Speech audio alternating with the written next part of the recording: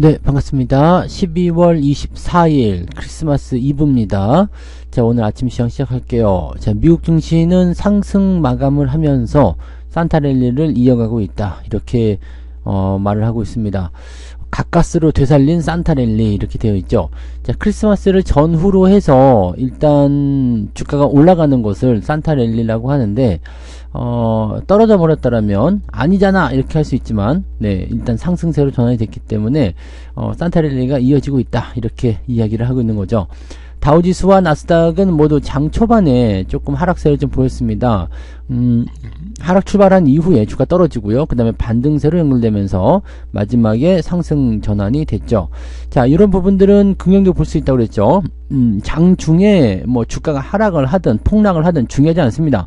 장 막판에 얼마만큼 끌어올려지느냐 이게 중요한 거죠. 그래서 이 상승 각도, 그 다음에 결국에는 상승 마감을 했느냐 이런 부분이 중요한데 장 초반에나 또 장 중반에 이렇게 주가 하락에 대한 어떤 부담감이 좀 있었다고 하더라도 장 막판에 그냥 끌어올리는 수급의 영향이 있었더라면 주가가 상승 반전을 해서 마감이 되는 거고요. 이런 상승은 다음 날까지 더 이어지는 경우가 굉장히 많습니다. 그리고 이런 형태의 모습들은 대체적으로 뭐 내려갔던 종목들이 아래 꼬리를 달고 올라온다든지 아니면 큰 양봉의 형태로 마무리를 시켜주기 때문에 이렇게 되면은 우리나라 증시도 오늘 추가적인 상승을 더 이어갈 수도 있겠죠. 그럼 우리나라야말로 어제 상승에 이어서 오늘까지 연결되는 그런 산타랠리의 어떤 기대치들을 더 높여서 생각할 수도 있지 않겠느냐 이렇게 판단은 될 수 있겠습니다.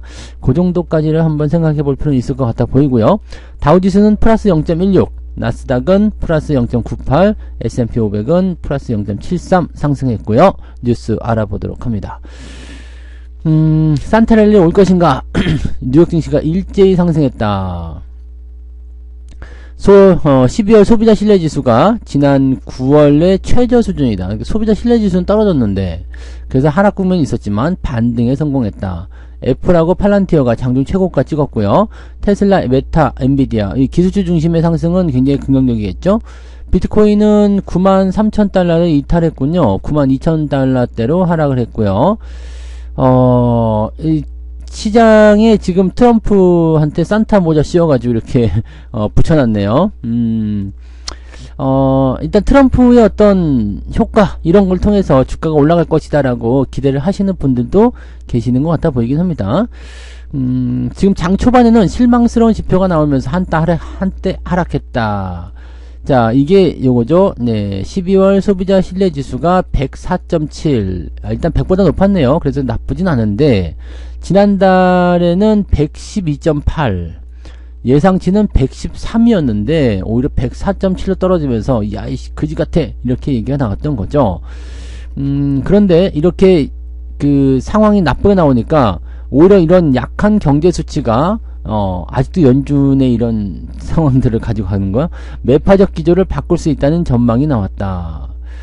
그럴 수 있죠. 네. 12월 회의 때에도 일단 금리 인하를 했고요. 내년도에는 금리 인하를 2번 정도 하겠다라고 되어 있지만 월가에서는 원하지 않는다는 이야기죠. 그래서 이런 경제 지표나 이런 얘기들이 나오면 바로 끄집어 내려 가지고 뭘 한다? 네. 바로 끄집어내 가지고 금리 인하를 조금 더 늘릴 수 있다. 이런 식으로 나올 수가 있겠죠.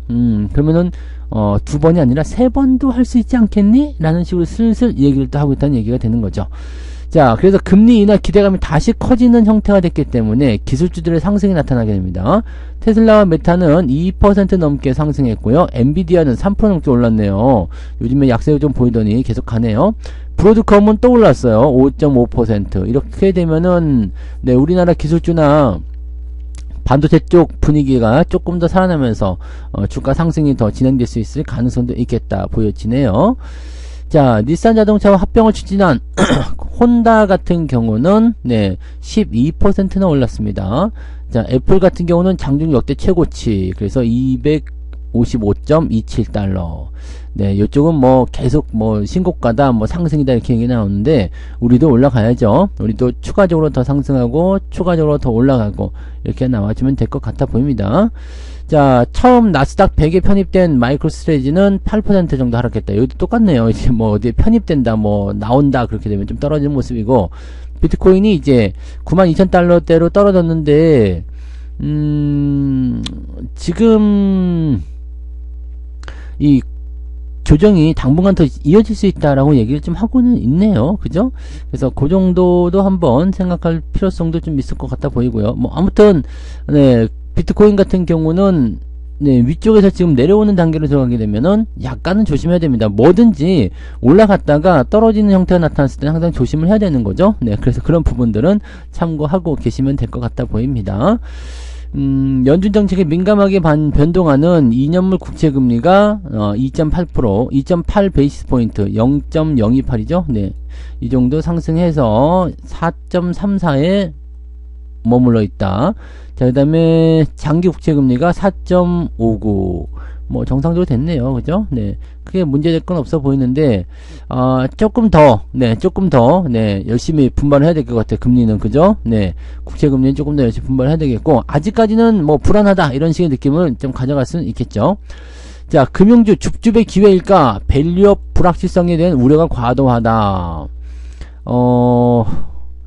지금 추가적으로 이제, 돈 더 집어넣겠다 이런 얘기가 있었던 것 같아요. 네, 밸류업 지수. 밸류업 지수가 뭐 완전 엉망을 쳐버려가지고, 은행주들에 대한 어떤 기대치가 많이 낮아진 것 같은 느낌이긴 한데, 사실, 지금 은행주들 기대치가 낮아졌다 하기도 조금 애매합니다. 왜냐면 계속 올라왔잖아요. 계속 상승했고 많이 올랐어요. 그러다 보니까, 당연하게 뭐가 되죠? 당연하게도, 배당 매력이 떨어지게 되잖아요. 배당을 더 크게, 아주 강력하게 상승시킬 수 있는 부분이 아니라면, 은행주들에 대한 배당 매력이 지금 뭐 6%대 배당 주다가 3%대 뚝 떨어진 거 아닙니까? 그러니까, 이렇게 되면은 조금 애매하지 않냐? 라고 얘기가 나올 수 있을 것 같아 보입니다. 그래서, 지금 상태에서 봤을 경우에는 뭐 밸류업 정책 수혜주로 부각돼서 상승 랠리를 이어왔지만, 지금은 뭐 비상계엄 이후 탄핵 정부에 따른, 네, 그런 얘기들, 그 다음에 환율의 어떤 불안정함, 이런 것 때문에, 시장에서 낙폭을 키웠다라고 되어 있지만, 실제로 그렇게 많이 떨어지지 않았고요.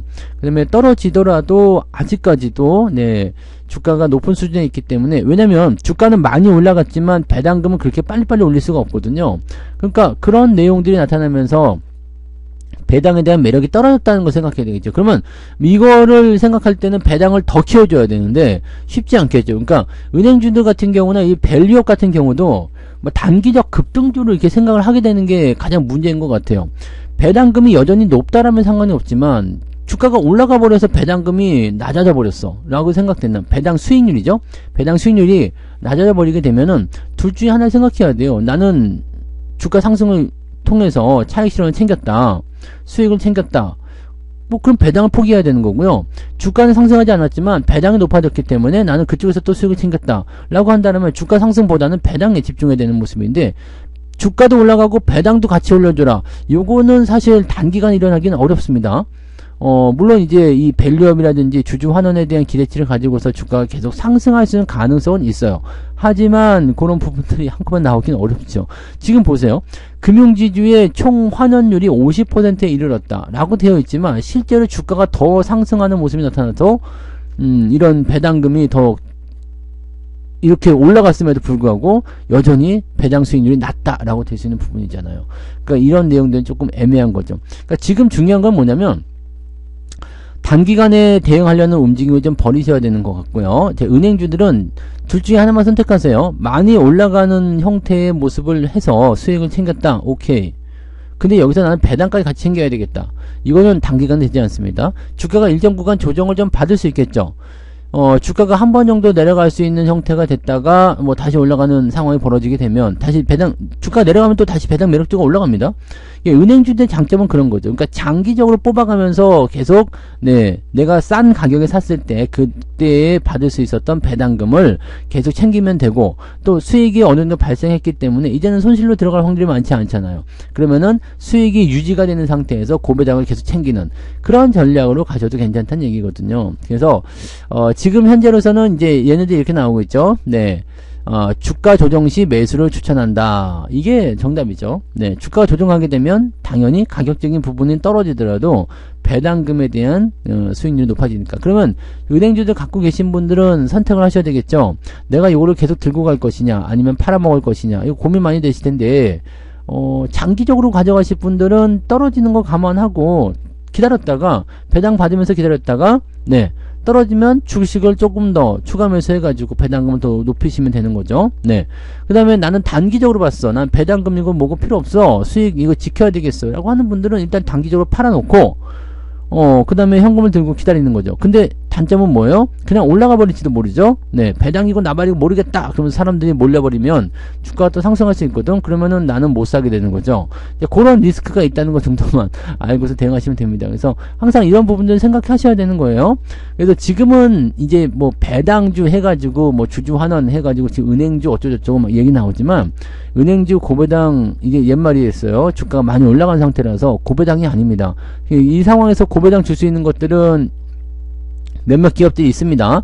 근데 대체적으로 은행주들이 지금 5%대 6%대 배당금 나온다라고 되어 있는 상태인데 요즘에 중소기업들 같은 경우도 7% 8% 뭐 9%대 나오는 배당률 가진 기업들도 굉장히 많습니다. 그래서 이런 내용들은요, 네, 무엇을 선택하는 게 유리하겠는가? 배당 때문에 은행주 산다. 요거는 요즘에 좀 아닌 것 같아 보이죠? 네. 대신 이제 기업은행 같은 경우는 지금 현재 가치로도 한 7%대 배당이 나오기 때문에 그런 것들은 이제 가격이 조금만 더 떨어지면 좋겠다라는 생각을 해볼 수 있는 거죠. 자, 은행주도 공략은요, 이제 1월 초중반까지 아마 타이밍이 나올 걸 생각합니다. 그때가 왜냐면 3월 기준일로 들어가는 배당주들 공략하는 그 포인트가 나오거든요. 그러니까 1월 초중반까지 주가 조금 좀 가라앉아주면 그 시점에서 매수 포인트가 좀 나올 수 있지 않겠는가 라고 생각이 드는데 외국놈들이 조금 더 싸게 살려고 마음을 먹었다라면 은행주를 한번 대차게 흔들어 줄 거고 그거 아니라면은 그냥 땡겨서 올라갈 수도 있습니다. 그러면 고배당보다는 일단 주가 상승에 대한 부분을 보고 대응하셔야 되겠는데 제 생각에는 조정이 좀 나올 거라고 네 희망하는 거죠. 네 희망하는 거고 실제로 나올지 안 나올지 모르겠습니다. 워낙에 이제 은행주들은 방어적인 성격이 있어서 단단해요. 잘 안 깨집니다. 그래서 주가가 정말 내려오지 않는다라면 네, 개중에도 이제 고배당주들이 있으면 좀 사는 거고 애매하게 있는 거 뭐 KB금융이나 이런 것들은 매수할 생각은 없습니다. 네, 그 이제 지금 배당률 3%밖에 안 나오잖아요. 그러니까 그런 것들은 지금 가격에 매수할 이유가 전혀 없다고 보여지거든요. 그러니까 은행주들 배당률을 잘 체크하면서 대응들을 꼭 하셔야 되는 겁니다. 꼭 명심하시기 바랍니다. 자, 그 다음에 뭐가 있을까? K뷰티 몸값 고점 우려도 있다. K뷰티에 대한 이야기 계속 나오면서 뭐 해외에서도 계속 관심을 갖고 막 그랬었죠. 그러다 보니까 K뷰티 인수합병 거래가 성사된 부분이 10년간 통틀어 가장 많았다라는 거죠. 외국계 자금이 대거 유입되는 모습이 좀 있었다 라고 되어 있고요. 네, 로레알 스타일 난다를 인수하는 등 시장 분위기가 절정을 치달았던 시기였다. 실질적으로 이제 K뷰티에 대해서 관심들이 많이 생기긴 했었죠. 네, 왜냐면, 실제로 이제 그, 연예인들이죠. 네, 뭐, 지금, 그 관심을 많이 받는 사람들, 뭐, K-팝. 네, K-팝이 어떻게 보면 가장 큰 영향을 끼쳤다고 볼 수 있겠죠.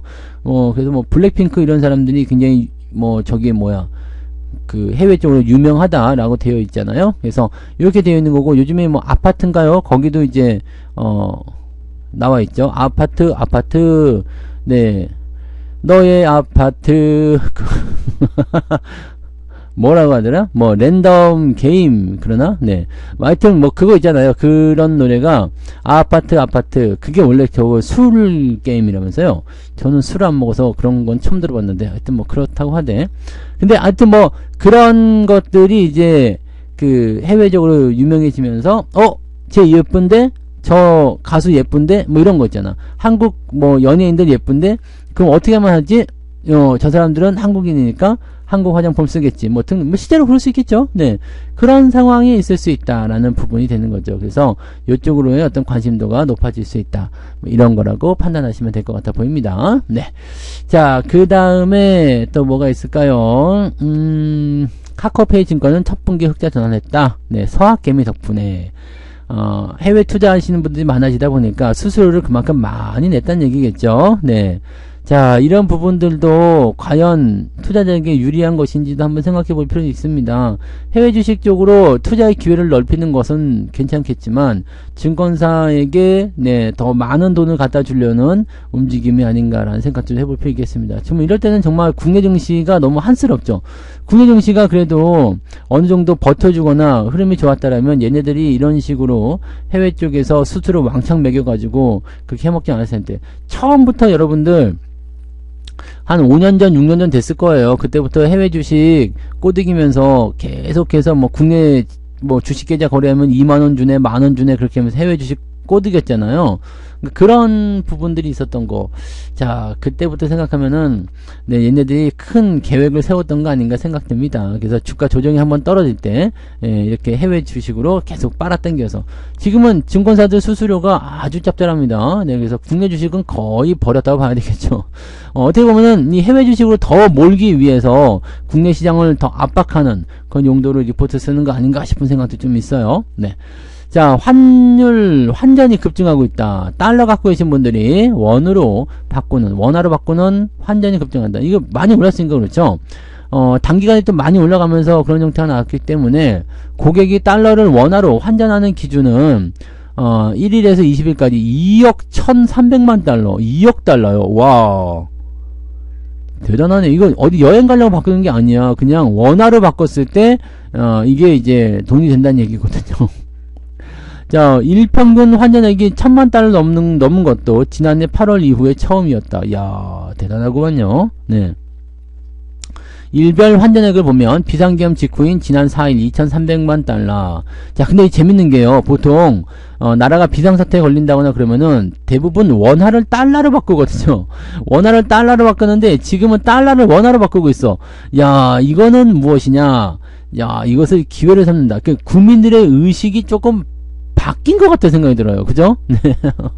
달러화를 원화로 대규모 환전한 것은 비상계엄 사태에 따른 원달러 상승과 무관찮아 보인다. 당연한 겁니다. 이건 그냥 원달러 환율에 의한 차익 실현이라고 보시면 되겠어요. 실제로 우리나라의 위기감이 계속 고조가 되거나 상황이 나쁠 거다라고 예상했다라면 절대 원화로 바꾸지 않습니다. 달러 들고 있어야죠. 근데 지금 달러를 원화로 오히려 바꿔버렸다는 것은 우리나라 안정적이야, 괜찮아, 문제없어, 대신에 이렇게까지 환율이 올라왔을 때 내가 차익을 좀 챙겨줄 필요가 있어 라는 식으로 되는 거죠. 자, 이렇게 되면 지금 개인 투자자들이든 아니면은 뭐 어떤 식으로든 간에 달러가 시장에 풀리는 형태가 되는 거잖아요. 이렇게 된다면 상대적으로 뭐랄까요, 환율의 조금 안정성 이런 것도 좀 가져올 수 있으려나요?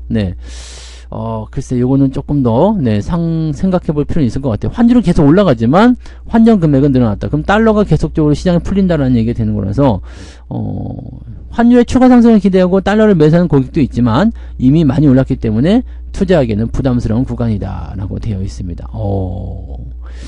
그래요.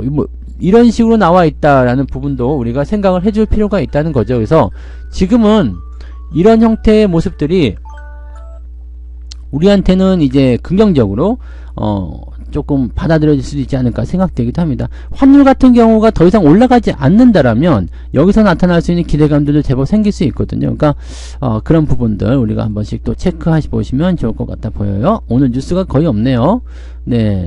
시간이 좀 이른가? 아무튼 뭐 그렇게 돼 있네요. 초반에 뭐 이렇게 돼 있다는 부분이고, 노랜딩 전망. 자, 미국 경기가 이제 불시착이나 약간의 어떤 위축 이런 거 없이 그냥 쭉 간다, 쭉 상승한다라고 되어 있는 거죠. 그래서 내년 성장률은 2.1%, 금리 인하는 2회에서 3회. 이거 늘어났죠? 원래는 2회다라고 되어 있지만 3회까지도 가능하다라는 식으로 얘기를 하고 있는 모습이라는 얘기입니다. 그래서 기술주들이 상승한 배경들 있었다는 거고요. 비트코인은 지금 추가적으로 하락을 하게 돼서 몇 주간 더 하락할 가능성이 있다라는 식으로 얘기가 나왔다고 합니다.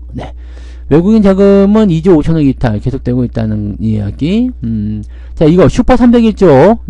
바이든에 대한 부분들 좀 봅시다. 이 미중 무역 분쟁이 더 커질 수 있는 상태가 되기 때문에 중국 범용반도체 불공정 무역조사라고 되어 있습니다. 얘네들이 지금 중국 애들이 전 세계 전 세계 신규 범용 반도체 생산 능력의 60% 이상을 차지하겠다는 목표를 가지고 있다. 근데 이렇게 되면은 뭐가 돼요? 거의 독과점이 되죠. 독과점이 되면서 다른 지역의 투자를 억제하고 불공정한 경쟁을 일으킨다. 실질적으로 조사 결과에 따르면 미국 제품 3분의 2에 해당하는 부분에 이제 중국산 범용 반도체가 탑재가 됐고요. 가격적인 측면도 어떻게 보면은 굉장히 낮춰서 하고 있습니다. 세계 시장을 지배를 목표하는 것을 세계 시장 지배를 목표로 삼고 있다는 증거를 발견했다. 생산 능력을 급속도로 확장하고 인위적으로 반도체 가격을 낮춰서 진행하고 있으며 또는 생산 가격보다도 더 싸게 팔고 있기도 하다. 이런 얘기가 있습니다. 이게 굉장히 큰 문제가 될 수 있다는 얘기죠. 철강, 알루미늄, 태양광 패널, 전기체 핵심 광물 이쪽에서 산업과 유사하게도 반도체 쪽도 지금 집중하려고 하고 있다라는 식으로 얘기를 하고 있습니다. 자, 이렇게 돼버리면 어떤 의미가 있느냐. 미국 기업의 절반은 반도체 원산지를 알지 못하고 있다. 네. 문제예요. 네, 실제로 미국 기업보다도 30에서 50% 낮은 가격에 반도체 공급하고 있고요. 생산 원가보다 낮은 가격에 제공했다. 자, 이렇게 되면서 이제 뭐가 돼요? 야, 이거는 불공정이야. 너 니네 뭐 하는 거야? 왜 가격을 이따구로 만들어? 이렇게 진행을 시켜버리게 되면 무슨 일이 벌이느냐? 당장 일어나는 거 아니겠죠? 왜냐면 큰 규모로 조사해야 되기 때문에, 국가를 상대로 조사해야 되기 때문에 시간이 오래 걸려요.